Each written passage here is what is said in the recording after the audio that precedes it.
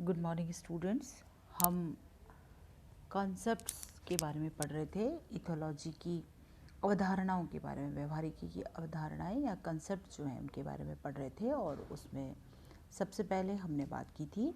निश्चित व्यवहार प्रतिमान या फिक्स्ड एक्शन पैटर्न FAP, जिसे कि हम इंस्टिंक्टिव बिहेवियर भी कहते हैं। उसके बारे में हमने सबसे पहले बात की थी। पहली अवधारणा जो हमने पढ़ी थी वो पढ़ी थी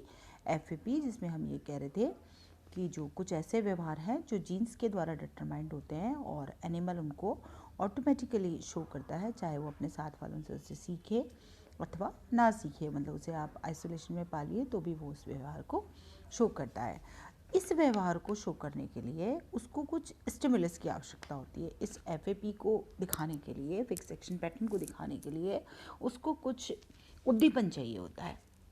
तो अगला जो हमारा कंसेप्ट है वो इस उद्दीपन के बारे में है, जिन्हें हम कहते हैं साइन स्टिमुलस, चिन्ह उद्दीपन या साइन स्टिमुलस। तो आज हम बात करेंगे साइन स्टिमुलस के बारे में। साइन स्टिमुलस, इन्हें हम रिलीजर्स भी कहते हैं और की स्टिमुलस भी कहते हैं। चिन्ह उद्दीपन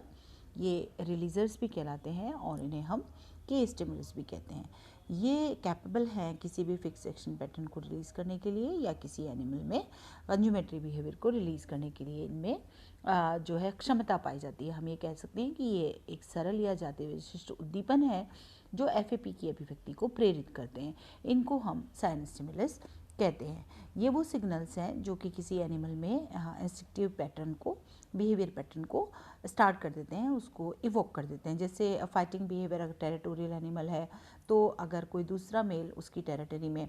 एंट्री कर जाए तो उस स्थिति में उसमें फाइटिंग बिहेवियर अपने आप जो है स्टार्ट हो जाता है। तो फाइटिंग बिहेवियर को स्टार्ट करने के लिए उद्दीपन क्या हुआ कि यहाँ पर एक दूसरा मेल जो है वो उसकी टेरिटरी में एंटर हो गया। लेहरमान ने ये बताया था कि जो कोटिंग मेल डव होता है, मेल डव जो होता है वो बॉ करना स्टार्ट हो जाता है और कू करना स्टार्ट हो जाता है। आप उसको एक फ़ीमेल का मॉडल प्रोवाइड कीजिए, चाहे वहाँ लिविंग फीमेल हो या नहीं हो, लेकिन फिर भी वो उसकी एब्सेंस में भी उस प्रकार का व्यवहार दिखाता है जैसा कि उस फीमेल को इम्प्रेस करने के लिए वो नॉर्मल कंडीशंस में व्यवहार दिखाता है। वैसा व्यवहार वो वहाँ शो करने लग जाता है जैसे ही वो उसके मॉडल को देखता है। तो यहाँ ये मॉडल जो है वो उसके लिए साइन स्टिमुलस की तरह हो गया, जो कि उसमें FAP को स्टार्ट कर रहा है। कॉनरेड लॉरेंज ने सबसे पहले बायोलॉजिस्ट थे जिन्होंने कि साइन स्टिमुलस को आइडेंटिफाई किया था और उन्होंने इसे की स्टिमुलस नाम दिया था, क्योंकि वो ये मानते थे कि ये कीज़ की तरह है जो अनलॉक कर रहे हैं फिक्स एक्शन पैटर्न को, उसकी चाबी है एक तरह से ये उसको रिलीज़ करने की, इसलिए इन्होंने इसे की स्टिमुलस नाम दिया था।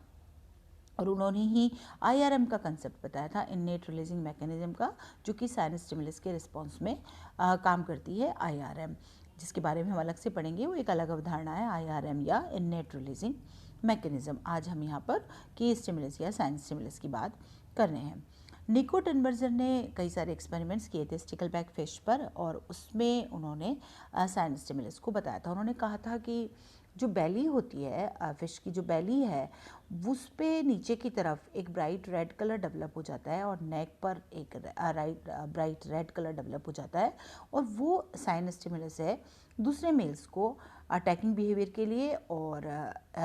साथ ही साथ ये फीमेल फिश के लिए में भी अट्रैक्शन को भी स्टार्ट करता है। तो उन्होंने ये कहा था कि इन्होंने सिंपल जो है इस तरह के मॉडल्स यूज़ किए थे। यहाँ पे आपके सामने ये मॉडल दिखाई दे रहे हैं। जो पहला मॉडल है उसमें नॉर्मल फिश है, लेकिन उसकी बेली जो है वो रेड नहीं है। उसके बाद जो 4 फिशेज़ हैं उनकी अलग अलग तरह की शेप है, मतलब नॉर्मल फिश के स्टिकलबैक फिश के शेप की नहीं है, अलग अलग शेप की है, लेकिन उनकी जो बेली है उसकी अंडर साइड जो है वो रेड है। तो उन्होंने ये बताया था कि जो मेल है वो रियलिस्टिक मॉडल जिनकी की रेड बेली नहीं है उस पर अटैक नहीं करते, बल्कि जो मेल जिनकी रेड बेली है जबकि उनकी जो शेप है वो नॉर्मल नहीं है, ऐसे मॉडल्स पर मेल्स जो है वो अटैक करते हैं या उनके प्रति रिस्पॉन्स शो करते हैं। तो इस तरह से वेरियसली शेप्ड मॉडल्स इन्होंने टिनबर्जन ने यूज़ किए और उन पर इन्होंने जो है रियल मेल्स की तरह इन्होंने देखा कि ये जो है स्टिमुलेट कर देते हैं और साइन स्टिमुलस यहाँ पे की तरह ये काम करते हैं और FAP को रिलीज़ करते हैं। तो इस तरह से इन्होंने इसको साइन स्टिमुलस हाइपोथेसिस को एक तरह से सपोर्ट अपने इन एक्सपेरिमेंट्स के साथ किया था। सिमिलरली बर्ड्स के जो चिक्स होते हैं, बर्ड्स के जो बच्चे होते हैं, ये भी जो नेस्ट में जर्क्स होते हैं, जैसे ही अगर इनके फादर मदर आते हैं, पेरेंट्स आते हैं, तो नेस्ट में थोड़ा सा हिलना डुलना सा होता है, वो इनके लिए साइन और स्टिमुलस की तरह एक्ट करता है और ये अपना बीक जो है वो खोल देते हैं, क्योंकि ये तो पैदाइश के टाइम तो जब छोटे होते हैं, जब ये अंधे होते, आई मीन टू से कि इनकी आँखें वर्क नहीं करती हैं, इनकी आंखें मुंदी हुई सी होती है, तो उस स्थिति में इनको वैसे तो दिखाई नहीं देता है, लेकिन ये इस जर्क्स को पहचानते हैं और ये इनके लिए साइनस स्टिमुलस की तरह एक्ट करता है और ये अपना जो है बीक जो है वो खोल देते हैं खाने के लिए। और इसी तरह से डिस्ट्रेस कॉल अगर चिक्स की मिलती है मदर को, अगर सुनाई पड़ती है जिसमें कि परेशान है बच्चा, तो वो हैन के लिए साइनस स्टिमुलस की तरह एक्ट करता है और वो रेस्क्यूइंग बिहेवियर उसके लिए, उसके रेस्क्यू करने की कोशिश जो है वो शुरू कर देती है, वो वहाँ पे उसके लिए साइनस स्टिमुलस की तरह एक्ट करता है। तो ये टेनबर्जन ने ही गर्ल चिक्स में ये bagging behaviour appropriate colour dot के अगेंस्ट में जो रेस्पॉन्स है, ये भी उन्होंने इस साइनस स्टिमुलस को भी दिया था। उन्होंने ये कहा था कि जो बच्चों के लिए तो पेरेंट्स का आना और वहाँ पे नेस्ट में थोड़े जर्क्स होना, हिलना डुलना जो है वो साइनस स्टिमुलस की तरह एक्ट करता है और वो जैसे ही मुंह खोलते हैं तो उनके अंदर एक रेड स्पॉट पाया जाता है। पेरेंट्स के लिए वो रेड स्पॉट जो है वो साइनस स्टिमुलस की तरह एक्ट करता है और उसके अगेंस्ट वो जो है उगल देते हैं फूड को, उसके अंदर डाल देते हैं फूड, जो भी उनका क्रॉप मिल्क है उसको वो वहाँ पे एक तरह से रिलीज़ कर देते हैं, क्योंकि वहाँ पे ये जो है रेड स्पॉट जो है वो पेरेंट्स के बिल पे जो रेड स्पॉट है उसको जैसे ही चिक टच करता है तो वो उनके लिए साइनस स्टिमुलस की तरह एक्ट करता है और वो इमीडिएटली जो है वो पेरेंट जो है रिलीज़ कर देते हैं, जो क्रॉप मिल्क है उसको वो रिलीज़ कर देते हैं। ये भी टेनबर्जन ने अपने एक्सपेरिमेंट्स में बताया था और यहाँ आपको कलर्ड डॉट जो है वो बीक पर नज़र आ रहा है। तो ये डॉट जो है ये साइनस स्टिमुलस है बैगिंग के लिए, जो कि एक फिक्स सेक्शन पैटर्न है। इसी तरह से नेचर में अगर हम देखें तो रिलीजर्स का या साइनस स्टिमुलस के बहुत सारे एग्जांपल्स हैं जो कि एनिमल्स में कम्युनिकेशन के लिए एक तरह से इम्पॉर्टेंट है। उनमें से मोस्ट कलरफुल एग्जांपल्स जो हैं वो ब्राइट कलर की प्लमेज है मेल बर्ड्स की, जो कि अट्रैक्ट करने के काम आती है मेट्स को। जो ये पिकॉक है और भी जो इतने ब्यूटीफुल से बर्ड्स जो आपके यहाँ दिखाई दे रहे हैं, तो उनकी जो इतनी खूबसूरती है जो है वो जो है फीमेल के लिए साइनस स्टिमुलस की तरह एक्ट करती है, उनको अट्रैक्ट करने का काम यहाँ पे करती है। सिमिलरली जो कुक्कू है उसकी ओरल कैविटी का जो ब्राइट रेड कलर है वो भी साइनस स्टिमुलस के फोस्टर पेरेंट जो वार्बलर जो इनको फीड करता है, क्योंकि कुक्कू में कोयल में हम जानते हैं कि कोयल अपने बच्चों को नहीं पालती है, बल्कि जो दूसरे के घोंसले में अपने अंडों को छोड़ देती है और वहाँ पर उनसे बच्चे निकलते हैं। ये फोस्टर पेरेंट्स क्रॉ भी हो सकता है, कौवे के बच्चों के साथ इसके बच्चे पल जाते हैं, कौवे के अंडों के साथ ये अपना अंडा छोड़ देती है। अब जो कौवा है जब वो अपने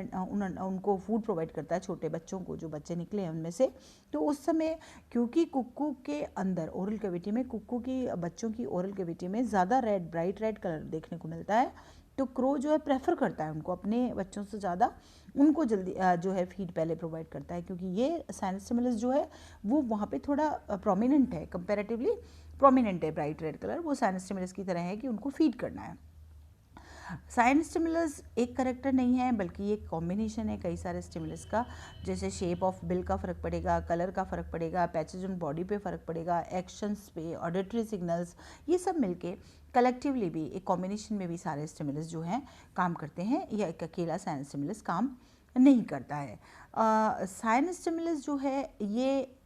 तीन टाइप के हो सकते हैं, विजुअल हो सकता है और ऑडिटरी रिस्पॉन्स हो सकता है और केमिकल रिलीजर्स हो सकते हैं। तीन तरह के रिलीजर्स हो सकते हैं, विजुअल हो या तो साइनस स्टिमुलस दिखाई देने वाला हो, या फिर वो जो है ऑडिटरी हो, और या फिर जो है वो केमिकल रिलीजर्स हो। तो आज की क्लास में हम यहीं तक बात करेंगे, कल हम इन अलग अलग तरह के साइनस स्टिमुलस के बारे में बात करेंगे, इनके एग्जांपल्स देखेंगे और ये किस तरह से जो है आते हैं नेचर में, किस तरह से दिखाई देते हैं, उसके बारे में हम बात करेंगे। Thank you.